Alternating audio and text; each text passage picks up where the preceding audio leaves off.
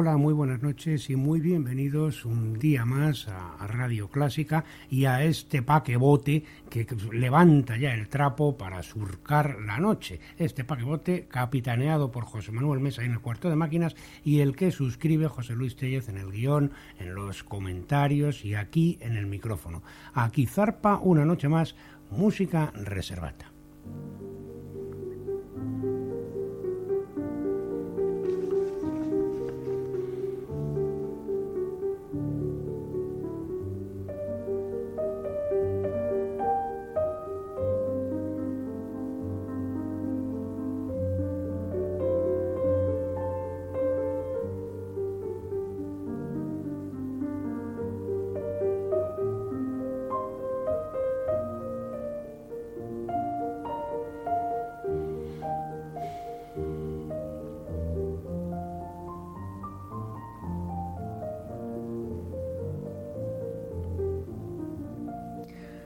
Probablemente uno de los más bellos autógrafos conservados de Johann Sebastian Bach sea el que contiene las 3 sonatas y 3 partitas para violín sin acompañamiento, que aunque probablemente estén compuestas antes, pues llevan la fecha, están en el autógrafo fechadas como 1720, Köthen.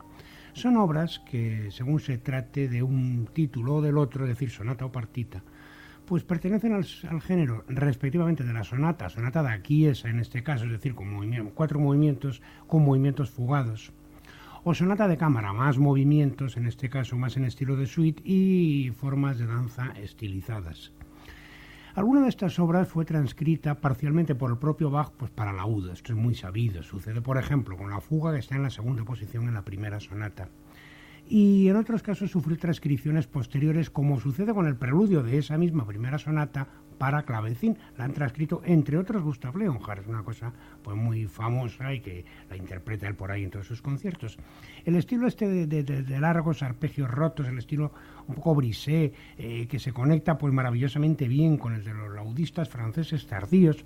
Entonces le da a esta música, hace que sea de una manera exquisitamente adecuada a la resonancia de las cuerdas pulsadas si se tocan conforme a derecho, es decir, si las tañe alguien tan artista como nuestro, inefable y siempre bien ponderado, que le ponemos todos los días en este programa, José Miguel Moreno, con su conmovedora interpretación de esta música, del preludio de la primera sonata, esta música profunda y profundamente expresiva. Comenzamos nuestra travesía.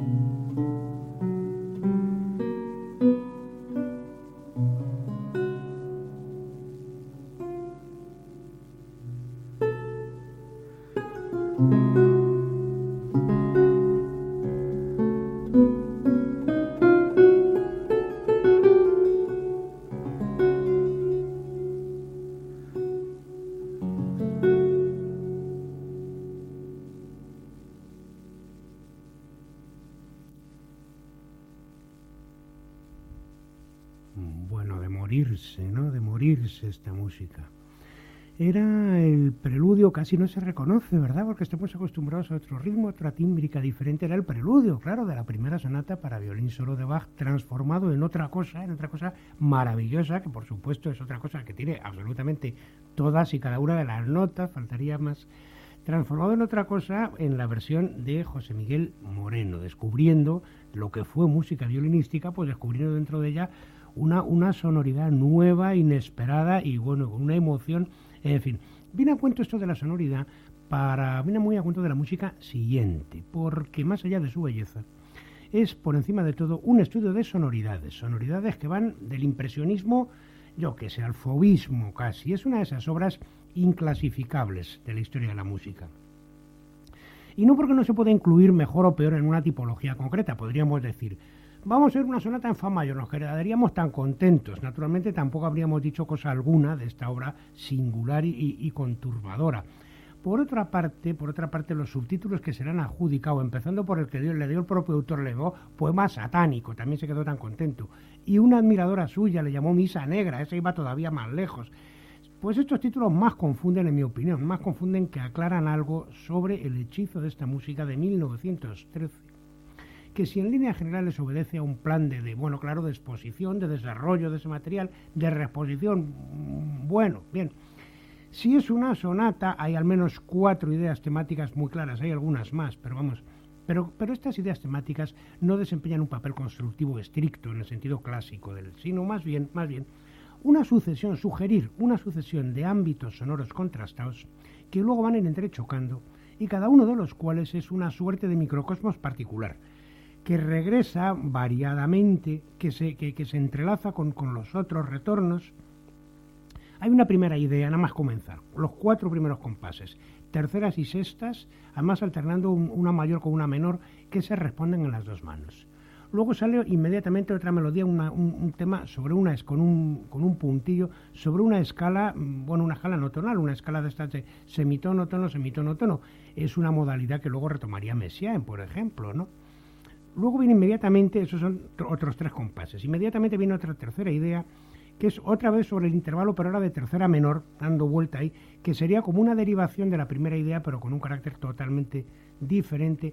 Y finalmente un episodio, que son unos grupetos en semicorcheas, o en fusas, en escalas ascendentes y descendentes muy rápidos, separados por unos trinos muy violentos, que es sobre todo pues un color instrumental. Con esas 4 cosas, con esos 4 retazos y alguna otra cosa por ahí más, Alexander Scriabin, que de él se trata, Alexander Scriabin y su novena sonata, ¿verdad?, ha construido una pieza unitaria en desarrollo continuo que parte de una sonoridad, pues eso, inquietante, que se diría flotante, y que luego a través de violentas y de inesperadas rupturas acaba desembocando en una especie de orgía de violento paroxismo rítmico que del material inicial apenas conserva otra cosa sino el puntillo ese de la segunda idea y los trinos y la agitación de la cuarta idea. La realidad es que se trata de un verdadero universo poético autónomo que avanza en apariencia por impulsos, por oleadas y episodios, yo diría momentaneizados, y lo digo para conectarlo con una música muchísimo más reciente, ¿verdad? Entonces, esta música, que es como una sucesión de eternidades dispersas, hay que rastrear más bien las huellas futuras de esas poéticas, pues eso, instantanistas, transfiguradas, eso sí, claro está, pues por un pensamiento poderoso, hálito romántico, ¿no? Es sobre todo un fascinador mundo de sonoridades que, aun estando sometidas a una descripción perfectamente, una articulación perfectamente descriptible, formal, no rinden cuenta o no tienen que rendir cuenta de otra cosa, sino de su extraordinario poder visionario.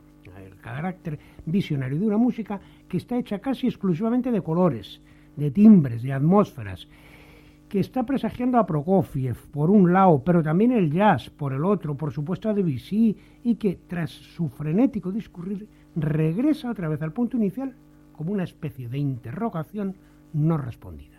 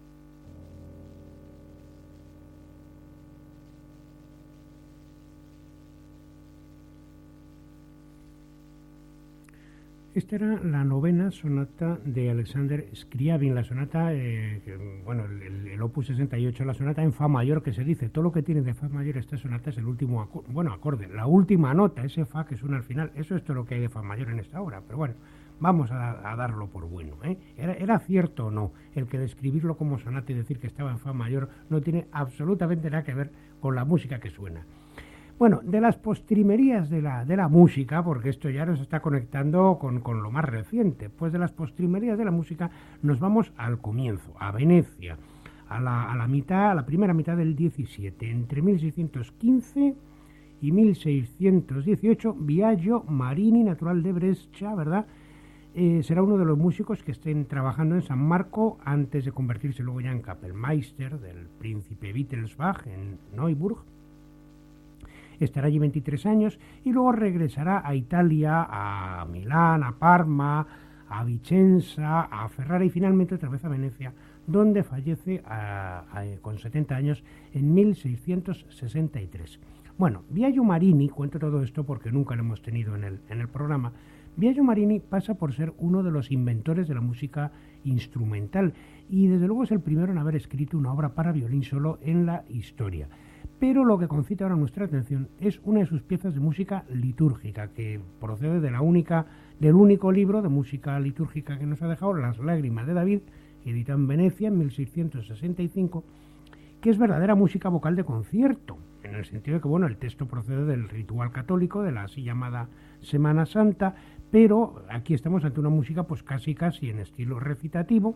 Las líneas melódicas de una escritura muy simple carecen de todo ornamento, de todo virtuosismo y están moldeadas estrictamente sobre la prosodia del texto. Ya digo, casi en estilo recitativo, no abandonando, pero en fin, dejando mucho de lado todas las complicaciones, todo el juego polifónico. Hay imitaciones, eso sí, pero vamos, es pura declamación, ¿no? La pieza que vamos a escuchar, O Dolcissime Gesù, que es en realidad como una especie de pequeña cantata, está escrita a 3 voces, claro que hay imitaciones, ya digo, pero están reducidas al mínimo, al tiempo que la forma musical se deriva de la propia sugestión, de la propia estructura del texto, logrando la unidad por el retorno final variado de una sección intermedia y buscando en todo instante pues un resultado armónico, declamatorio, que demuestra hasta qué grado estaba Marini imbuido de las ideas más avanzadas de la música de su época.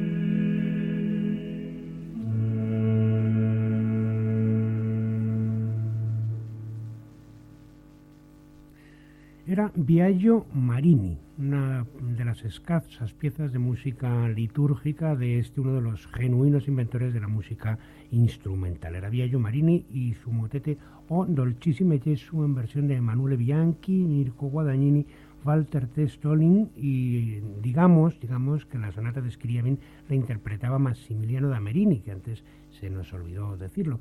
Y estos tres cantantes eran miembros del grupo Gli Erranti, que son los que, cuya versión hemos elegido nosotros ahora. Del 18 veneciano nos vamos al 20 francés. Oído al parche, estreno absoluto en Radio Clásica. No se había puesto nunca esta obra desde hace más de 10 años. Bueno, una de las obras más refinadas, más accesibles de la música reciente, curiosamente también, ya digo, una de las menos escuchadas de su autor.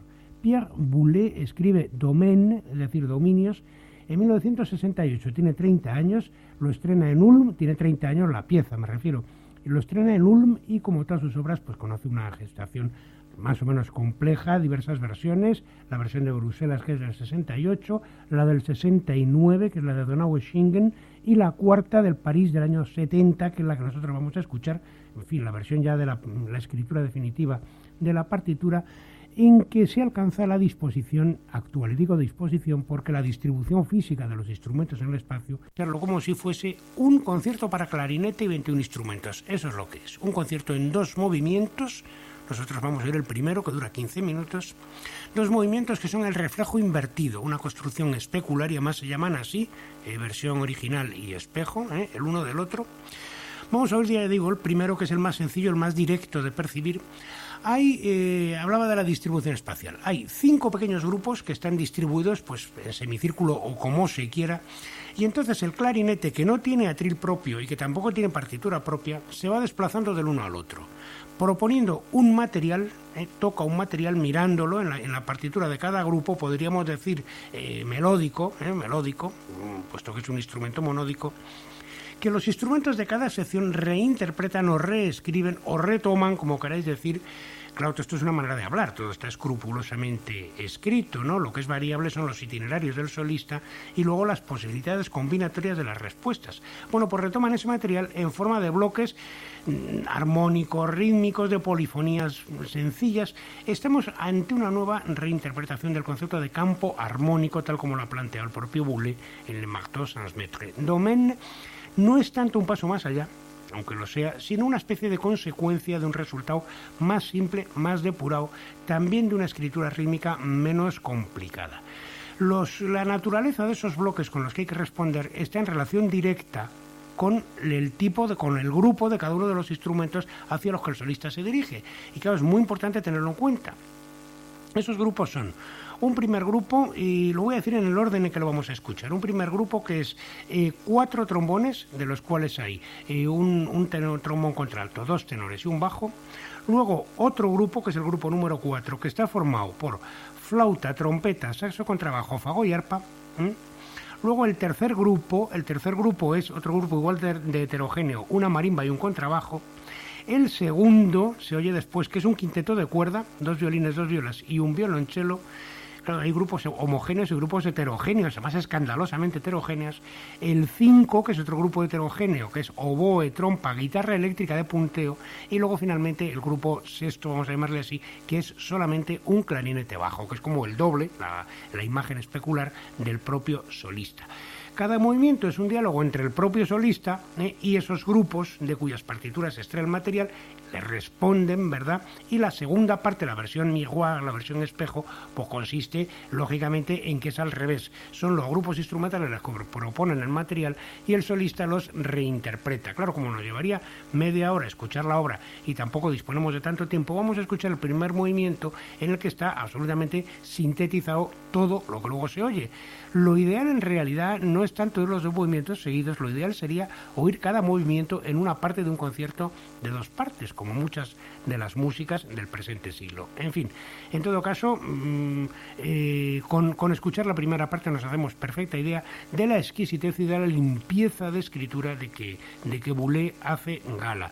Y luego, claro, la música acaba, al decir que acaba con el clarinete bajo, pues sucede que el solista se reabsorbe en su duplicado dentro del ripieno, de modo que la música acaba con el misterio del doble del solista en una partitura, dando fin a esa primera parte de una partitura que es absolutamente subyugante y que uno no acaba de entender cómo ha tenido tan poca difusión, cosa que nosotros vamos a intentar hoy, pues parcialmente siquiera remediar.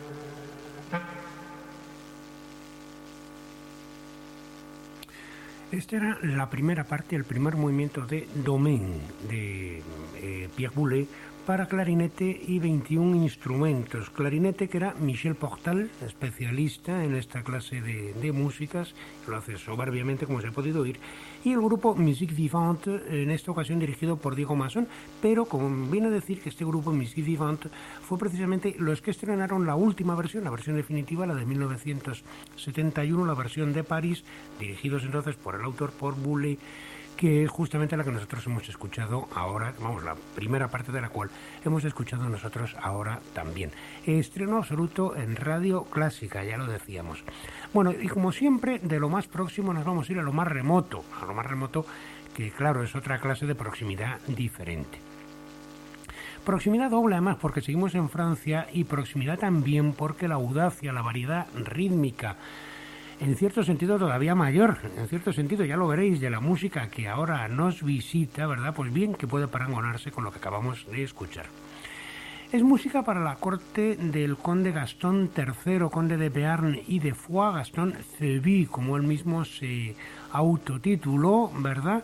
El más singular y cultivado de los feudales del XIV, que teniendo su reino dividido como lo tenía entre Bearn y Borgoña y además no comunicado, y por tanto debiendo vasallaje por un lado al rey de Francia y por otro el rey de Inglaterra, que estaban a su vez enfrentados en la guerra a los 100 años, pues ya me diréis la situación de esquizofrenia política, cosa que Gastón Phébus, como él se llamaba, ¿verdad? Gastón Phébus, por Febo, por el dios del sol, el primer rey sol de Francia, si nos vamos a poner a mirarlo, pues proclamó una especie de reino independiente de los Pirineos, cosa que fue capaz de mantener gracias a una extrema habilidad diplomática hasta que un accidente se lo llevó del mundo de los vivos en 1391. Del mundo de los vivos, pero no de la memoria de los inmortales. Era este hombre amigo de Guillaume de Machaut, y creó una de las más ilustres cortes musicales de la historia, reclutando a algunos de los númenes más esclarecidos del momento y generando una notable cantidad de música que actualmente está una parte de ella en el Códice d'Ivry y otra en el Códice de Chantilly, que es precisamente de donde procede esta sensacional, y no me corto un pelo y no quito una coma, esta sensacional balada a tres voces firmada por Johannes Cuvelier, que es uno de los más acabados frutos del ars subtilior, una música de belleza y libertad formal excepcionales, como fue la situación política que la originó. See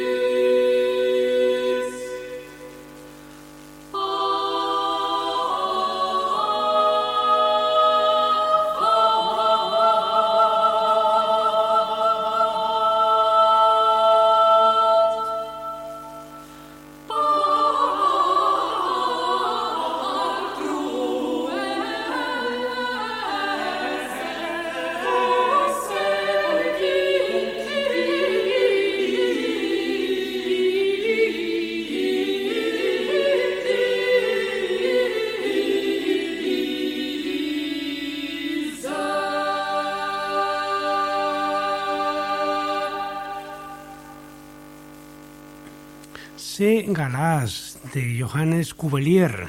Bueno, era o no era sensacional esta balada, con estos abruptos cambios rítmicos, ahí de miolas, ahí de todo, ¿no? En fin, una música de un refinamiento verdaderamente casi puntillista, que el relieve de los detalles poco menos que oscurece la perspectiva del conjunto. Cuvelier, por cierto, además era poeta y nos ha legado una biografía rimada de Bertrand de Digesclin, y bueno, es uno de los primeros compositores de esto que hoy denominamos el Ars Subtilior. Pionero de otras cosas, quien nos visita ahora. ¿Pionero de qué? Pues del cuarteto de cuerda, del quinteto de cuerda con dos violonchelos y, bueno, nuestro próximo invitado, si la ruptura con la simetría y con la búsqueda de lo insospechado rítmico era la característica del Ars Subtilior, pues justamente ahora vamos al mundo opuesto, la regularidad, la transparencia neoclásicas que hablan por los pentagramas de don Luis Boccherini. Primero, igualmente, la escritura de sonatas, de conciertos para su instrumento, el violonchelo, instrumento que era también el de su padre, que además era contrabajista, y con el que el futuro compositor había debutado a los 13 años en fecha tan temprana como 1756.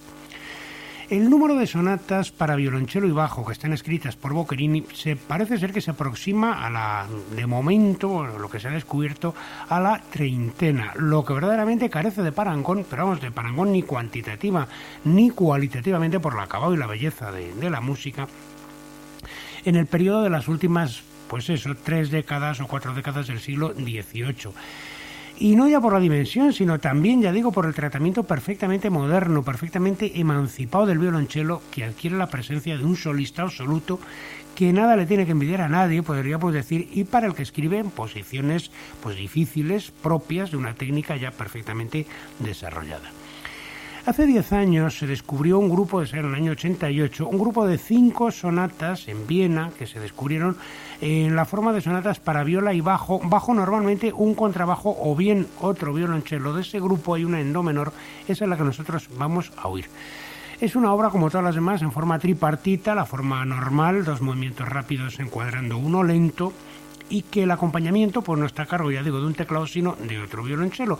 Probablemente se trate de alguna de las obras que interpretó junto a su propio padre, que estaba en aquella época contratado junto a él en la orquesta de la Ópera de la Corte de Viena. Hay noticia de un concierto que dieron ambos en 1764, una vez fecha, volvamos a decirlo, verdaderamente temprana para este tipo de música. Música plenamente deudora de la intensidad del sentimentalismo Sturm und Drang, en el que con todo derecho se inscribe.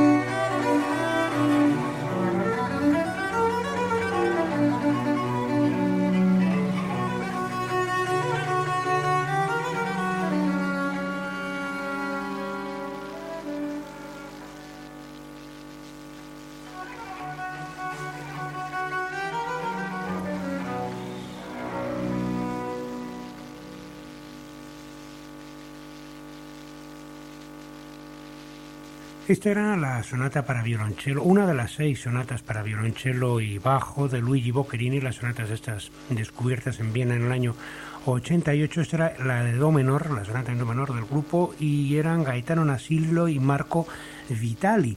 Y bueno, de la elegancia, vaya movimiento lento que tenía esta obra, ¿eh? Y de la elegancia dieciochesca nos vamos a la intensidad del sinfonismo tardo romántico.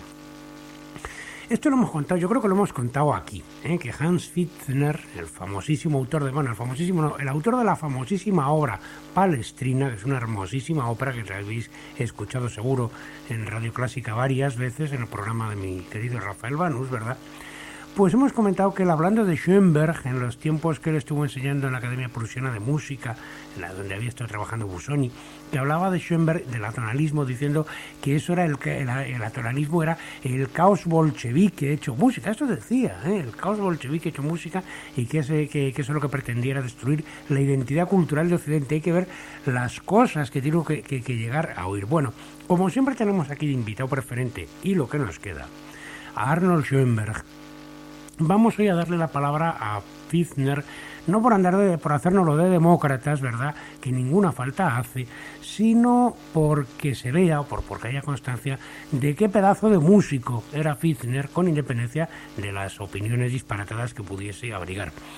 Pfitzner había nacido en Moscú accidentalmente. Su padre era violinista allí en los años 60, nació en el 69 exactamente, y luego regresó a Alemania, al Teatro de la Ópera de Frankfurt, y bueno, pues luego se trasladaría a Estrasburgo como director de orquesta y director de la ópera, y allí es donde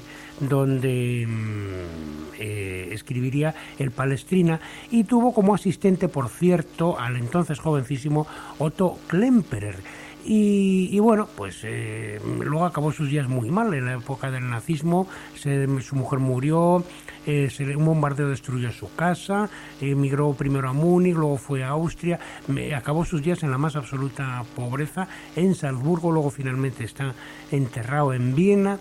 En fin, la realidad es que Pfitzner era un artista no menos respetable que Schoenberg, y además por los mismos motivos, porque era, por su absoluta y total intransigencia, que es, la última virtud que le queda a la gente de bien ya en este mundo.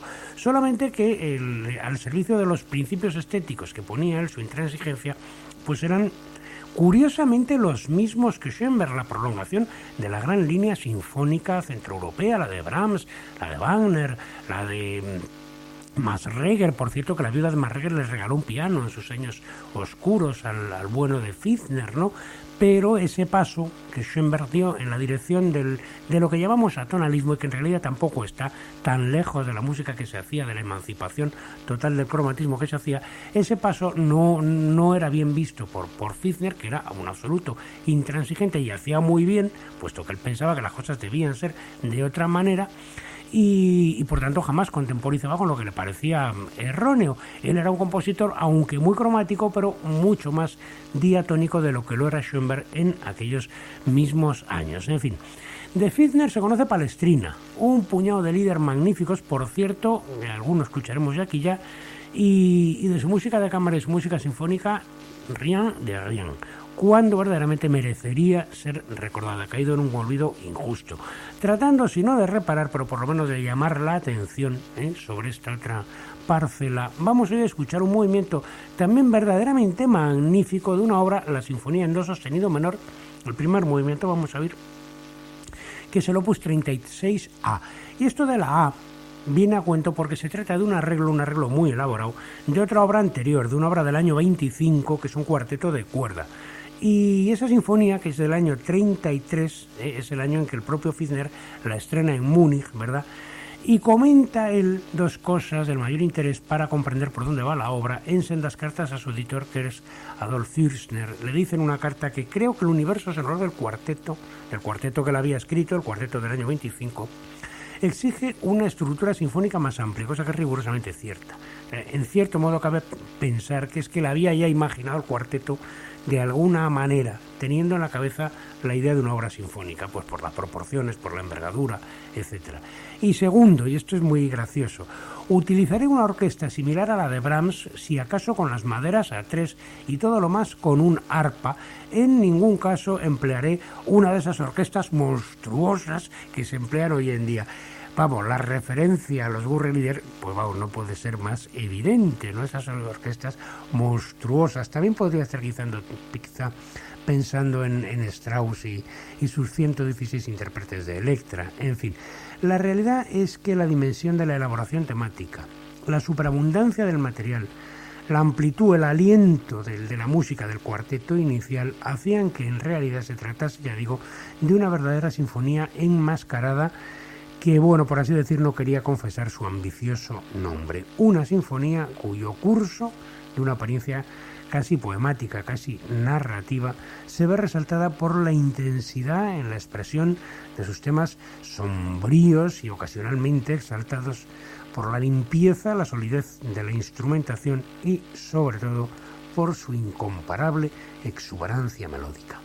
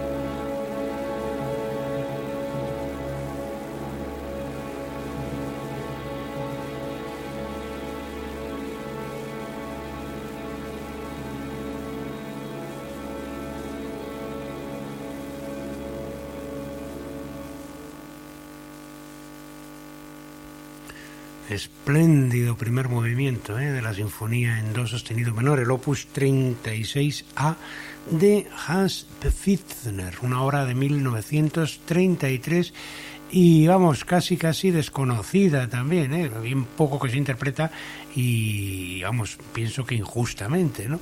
Hoy tenemos un programa de estrenos porque también habíamos tenido aquí lo de Domain, de Boulez, que no se había puesto nunca en Radio Clásica desde hace, yo que sé, casi una década. Bueno, si Pfitzner ha sido un autor, decíamos, a quien la posteridad ha tratado con injusticia, pues ahora justamente lo contrario. Froberger, nuestro visitante sucesivo, es uno de esos casos que han influido, se puede decir que más allá de un siglo tras su muerte. Esto lo hemos dicho aquí muchas veces, introductor en Alemania, del estilo en Alemania, en Austria, porque él estuvo en Viena trabajando tiempo, para el emperador Ferdinando, escribió una famosísima elegía, un tombo, Introductor en Alemania, digo, del estilo frescobaldiano, pero también del estilo francés. Se puede decir que es el fundador de la escuela de tecla germana o germanohablante y creador también, o casi creador, de la forma suite, o cuando menos su más conspicuo divulgador en la órbita transalpina, ¿no? La realidad es que Froberger, o lo de Froberger, más que un importador de formas, es el creador de un verdadero estilo. Eso es lo que hay que reivindicar de él.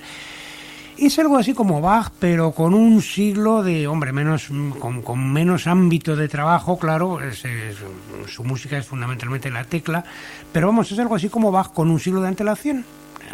Bach, por la naturaleza enciclopédica de la obra, hay elementos de todas las escuelas, completamente enciclopédica, y sobre todo por la habilidad para lograr una síntesis verdaderamente personal, verdaderamente suya, pues entre la opulencia y la exuberancia frescobaldiana por un lado, y luego el rigor, sobre todo la austeridad contrapuntística de la escuela nórdica, ¿no?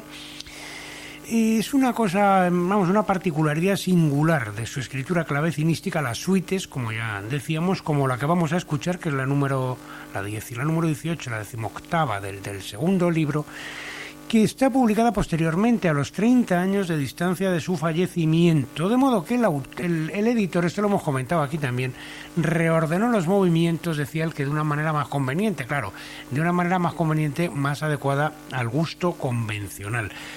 La realidad es que, según parece, a la luz de investigaciones más recientes, parece ser que Froberger concluía las suites, o una gran parte de ellas, y desde luego la que vamos nosotros a oír, sorprendentemente, con el movimiento lento, es decir, con la zarabanda, dentro del esquema cuatripartito, pues que es el que se ha hecho, de cuya base se ha nutrido pues toda la forma suite en el siglo entero que viene después de él, ¿no? Es decir, la suite en for, que comienza con una, y de donde nació también la primitiva forma de la sonata, la alemanda en primer lugar, luego en segunda posición, curiosamente, una giga.